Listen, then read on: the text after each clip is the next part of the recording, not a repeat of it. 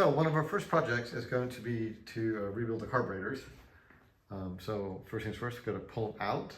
My goal is I'm going to go ahead and take one apart. I'm not really familiar with these type of carburetors. I've worked on a lot of carburetors for like motorcycles and for Chevy trucks, etc., etc. This one's a little bit different, so it'll be very interesting to see how it works. So let's start out by seeing. As you can see, it's mostly disconnected. There's not a whole lot attached to it. So I think I should be able to, there's 4 bolts on the intake manifold that I think I should just be able to take those off, and we will be done on that. So let's start it and see where we end up at.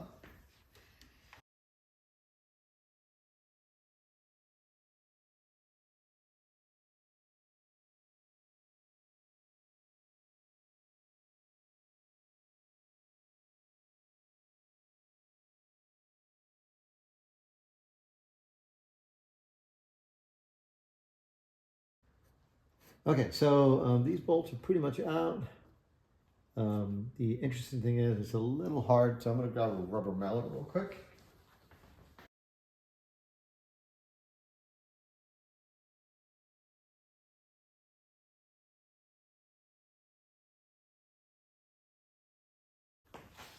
While we're at it, we'll take this heat shield off. See what we have.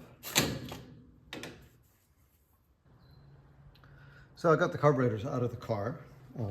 The plan is I am going to take one apart, clean it, and then take the second apart and clean it and kind of rebuild it. I ordered a rebuild kit from Moss Motors, but just so I have one that's all put together in case I forget how it goes apart again or it goes back together again. I'm just going to leave this one right on the left side. On the right hand side for last. And so we'll do one first. Okay, so I have decided to move to my bench, just make life a little bit easier.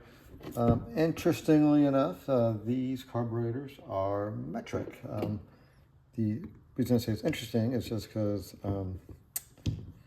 the rest of the car is Imperial SAE. So that's, anyway, interesting. It's all good.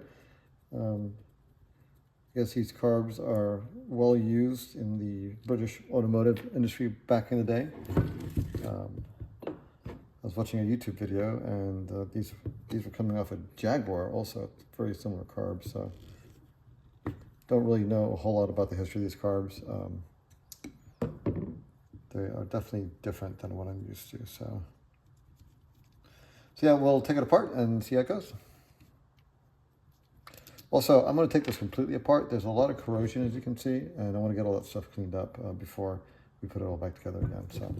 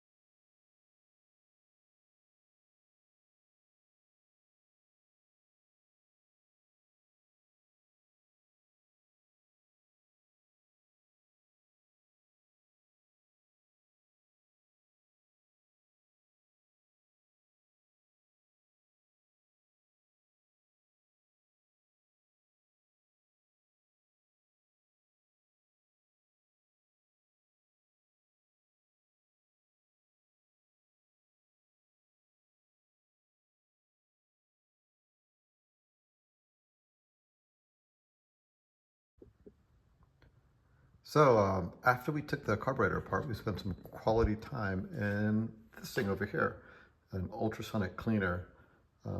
Believe it or not, I've never used one of these, and I saw a YouTuber using one to clean his carburetor parts. I'm like, oh, what the heck? Not a huge fan of the carb cleaner bath I seem to take every time I do a carburetor, and holy cow, this stuff is the best thing since sliced bread and butter.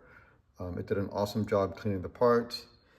They came out looking spectacularly, and basically just using Simple Green and actually using kind of more the environmentally friendly version of Simple Green, and it did a really nice job of getting all the parts nice and clean. I did, just to, you know, full disclosure, did put some of these in my vibratory parts cleaner, so it kind of helped a little bit. But yeah, I mean, this is the old carburetor right here, and you can see how yuck and grimy it is. And these are all the new parts. Well, not the new parts, but the cleaned up parts. Again, a combination of using the cleaner over here and also using a kind of a parts cleaner. So anyway, time to put everything back together again. The good news is I have this example here to figure out how the heck all these linkages go back together again. As you can see, totally disassembled the carb just because it had definitely dirt and corrosion and some other stuff. So let's get the camera mounted. I did print a set of instructions online just so I can figure out how it goes back together, and we'll put it back. If you like this video, hit subscribe and give us a big like down below. Thanks for watching.